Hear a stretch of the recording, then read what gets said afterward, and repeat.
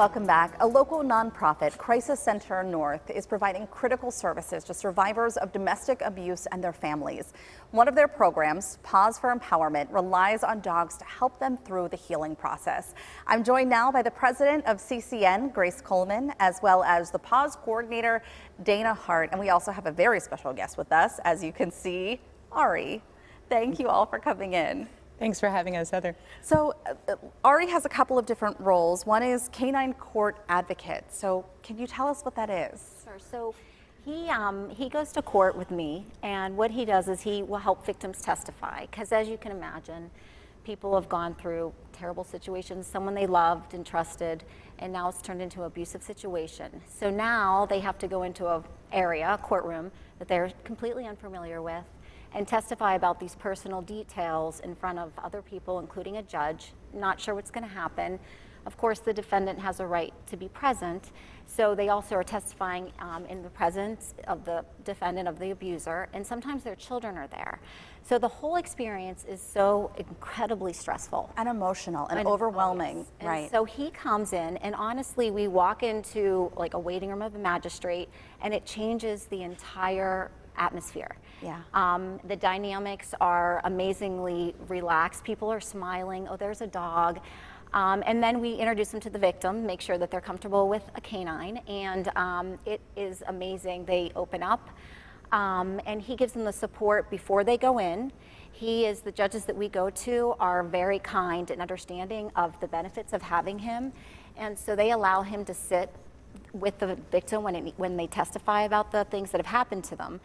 And then afterwards, he accompanies them outside when we talk about what happened, what's going to happen, a lot of services. And it opens the door for a lot of communication, because part of our program is to help people with pets who it's a barrier to leaving a violent relationship. So when we talk about their pets, it opens up a whole other door where they are amazed that we care about them. And we have a lot of services to offer people that are in those situations who can't afford to leave or afraid to leave because of their pet. Yeah. Grace, tell me why you see this as such an important and valuable thing to have. My father was a veterinarian in the Endless Mountains, and so everything I learned about dogs and animals I learned from him. And he would always share that a good dog is a dog with a job.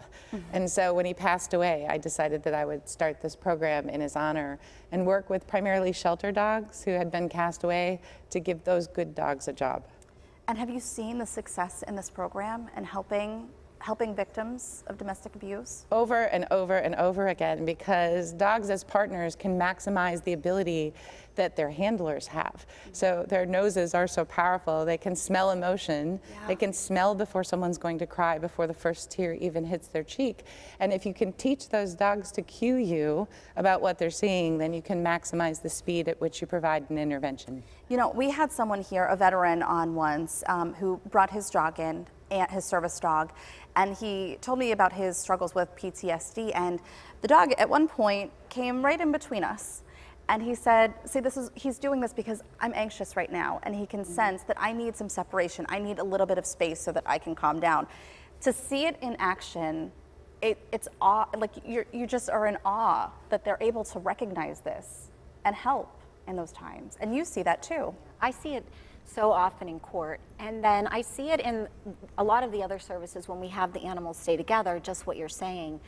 These victims need those animals to stay with them when they leave. I mean, they've gone through crisis with them. They don't want to leave situations without them. And I have seen them stay together in situations where we have funds to help them relocate or for housing assistance, so they're able to keep their pet. And a lot of that support and work that they do with their pet is healing, and it gives them the support just like a veteran. Right. And we're now expanding, I should say, our program to include large animals like horses.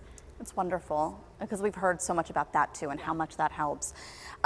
What is a cuddle intervention specialist? I think I was told that Ari is also that, and I don't know. what that exactly means. Well, Ari does love to cuddle, and so he intervenes often, sharing his cuddling amongst those in need. So he has a special added little bonus on his title that some of our other canines don't have. But we're very fortunate to have 3 canines.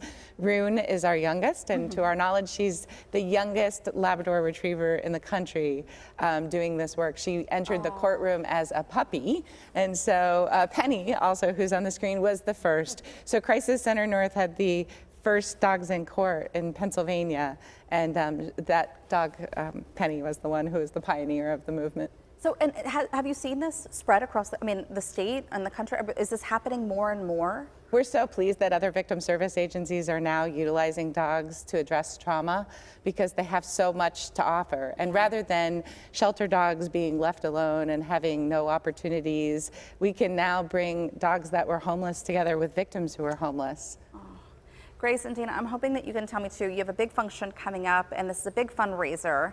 We do. So it's on May 12th. It's Cocktails and Cuisine for Women in Crisis.